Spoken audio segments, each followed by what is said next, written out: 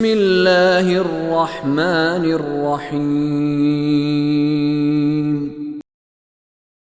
وقلنا يا آدم اسكن أنت وزوجك الجنة وكلا منها رغدا حيث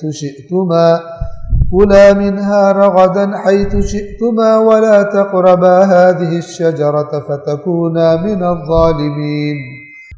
وقلنا يا آدم اسكن أنت وزوجك الجنة وكلا منها رغدا حيث شئتما، اور ہم نے کہا اے آدم تم اور تمہاری زوجہ جنت میں سکونت اختیار کرو، قیام پذیر ہو جاؤ، اور تم دونوں اس میں سے کھاؤ جہاں سے تمہارا جی چاہے، فراوانی کے ساتھ، کوئی چیز کمی نہیں ہے. وَلَا تَقْرَبَا هَٰذِهِ الشَّجَرَةَ، اس درخت کے پاس نہ جانا، فَتَكُونَا مِنَ الظَّالِمِينَ، اگر گئے تو ظالموں میں سے ہو جاؤ. بہت سارے سوالات ہیں اس آیت کے بارے میں، بہت ساری بحث ہوتی ہے، خلاصہ آپ جان لیجئے چند باتیں. نمبر 1، نبی جو ہوتا ہے وہ اللہ کی نافرمانی نہیں کرتا، لیکن ایک چیز جس کا نام علماء نے ترک اولا بتایا، مثلا دو کام تھے، دونوں ٹھیک تھے، لیکن ایک دوسرے سے زیادہ بہتر تھا. اگر وہ جو زیادہ بہتر تھا اس کو اگر اختیار نہ کرے تو اسے کہتے ہیں ترک اولا کر دیا، ترک اولا کر دیا، نہ کہ وہ جسے واقعاً گناہ اور جرم کہا جاتا ہے وہ کر دیا.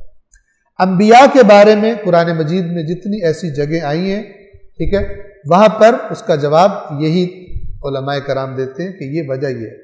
اب اگر ذہن میں یہ ہے کہ کہا جا رہا ہے ظالموں میں سے ہو جاؤ گے، تو ظالم تو بڑی خطرناک چیز ہے، تو میں عرض کروں کہ یہ بھی اپنے اپنے درجے کے مطابق ظلم ہوتا ہے. مثال دیتا ہوں آپ کو، ایک شخص جس کی نماز شب واجب ہے یا مستحب ہے؟ مستحب ہے، ٹھیک ہے. ایک شخص جو ریگولر نماز شب پڑھتا ہے، ایک دن وہ سوتا رہ گیا، اٹھ کے کیا کہتا ہے؟ اوئے ہوئے ہوئے ہوئے کتنا بڑا ظلم ہو گیا. کوئی ظلم نہیں ہوا، کوئی گناہ نہیں ہوا، توجہ فرما رہے ہیں، لیکن اس کا جو مقام بن چکا تھا اس نماز کے ساتھ، اس کو ریگولرلی پڑھتے پڑھتے اس کو یوں لگ رہا ہے گویا ساری دنیا میری ختم ہو گئی، آج مجھ سے وہ عبادت چھوٹ گئی جو کہ واجب نہیں تھی. دو بھائی تھے، یہ میرا آنکھوں دیکھا واقعہ، دو بھائی تھے، ایک بہت لائق کلاس میں ٹاپ کرتا ہے، اور ایک بھائی بالکل الٹ، بالکل نالائق. مثلا کلاس میں 40 بچے تھے تو وہ 39-40 39-40، ٹھیک ہے. ایک ہی باپ کے دونوں بیٹے، ایک ہی اسکول میں پڑھتے. تو کیا ہوا، ایک ٹرم میں اتفاق سے جو فرسٹ آیا کرتا تھا وہ 4th آیا، چوتھے نمبر پہ آیا، اور اتفاق سے وہ جو 39-40 والا ہوتا تھا وہ 33 پہ آ گیا. اب والد صاحب بیٹھے ہیں، ان کے رزلٹ آیا، دونوں بچے بھی بیٹھے ہوئے ہیں اور لوگ بھی بیٹھے ہوئے ہیں، غور کیجئے گا. بچے نے، والد نے پہلے بچے کا رزلٹ دیکھا اور اس کو کہتا ہے کہ مجھے شرم نہیں آتی، کیا پوزیشن لیا تھی نے، 4th آیا، ڈوب کے نہیں مر گیا تھا، ٹھیک ہے. اور وہ جو دوسرا بیٹھا ہوا تھا 39-40 والا، اس کا رزلٹ کھولا، کہتا ہاں بیٹے تو سینے سے لگ جا میرے، اس دفعہ تو نے دل خوش کر. سامنے بندے بیٹھے جن کو معرفت نہیں کہ پیچھے چکر کیا چل رہا ہے، انہوں نے کہا ابا اس کو کیا ہو گیا، جو 4th آیا اس سے کہہ رہا تجھے شرم نہیں آتی، اور جو 34 33 آیا اسے کہہ رہا سینے سے لگ جا.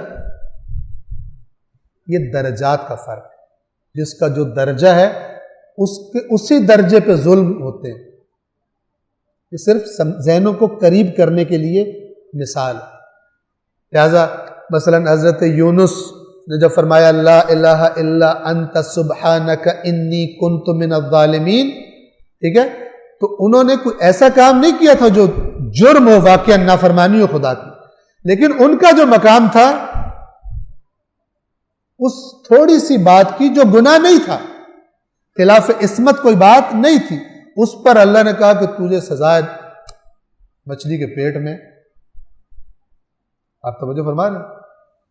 تو یہ میں نے چند مثالیں دی تاکہ یہ سمجھ میں آ جائے جتنی بھی آیات جن میں انبیاء کے بارے میں اللہ نے ذرا سخت الفاظ استعمال کیے ہیں وہ وہی اس کے ٹاپ کرنے والے بچے ہیں کہ جو مثلا تھوڑا سا اگر ایکسپیکٹیشن سے وہ کرتے ہیں وہ کہتا ہے کہ تو نے مثلا یہ کام کیا کر، لہذا ان کو فرمایا کہ آپ کیا ہوں گے، اس درخت کے نزدیک نہ جانا، ظالموں میں سے ہو جائیں گے۔ اور یہ جو کہا گیا اس درخت کے نزدیک نہ جانا، یہ بھی اللہ تبارک و تعالی آدم کو اس واقعی پریکٹیکل لائف میں بھیجنے سے پہلے ایک یہ ٹریننگ سیشن تھا کہ آدم ذائقہ چکھ لے کہ اللہ کی بات اگر اس کا صحیح طرح لحاظ نہ کیا جائے تو انسان بہت ساری چیزوں سے محروم ہو جائے۔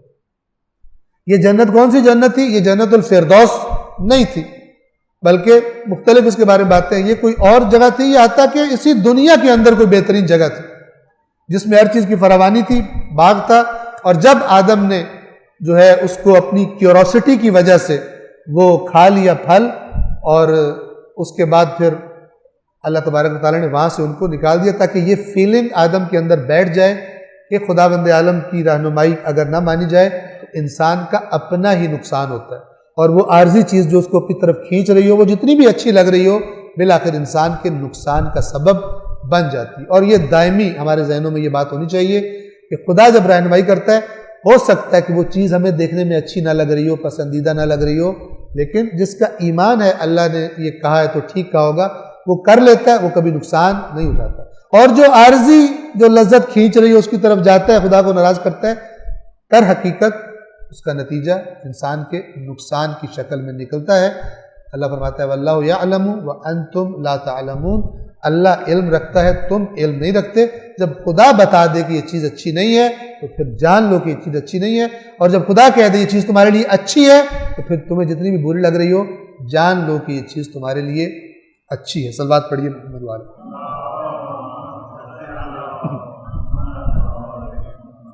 صدق اللہ العلی العظیم۔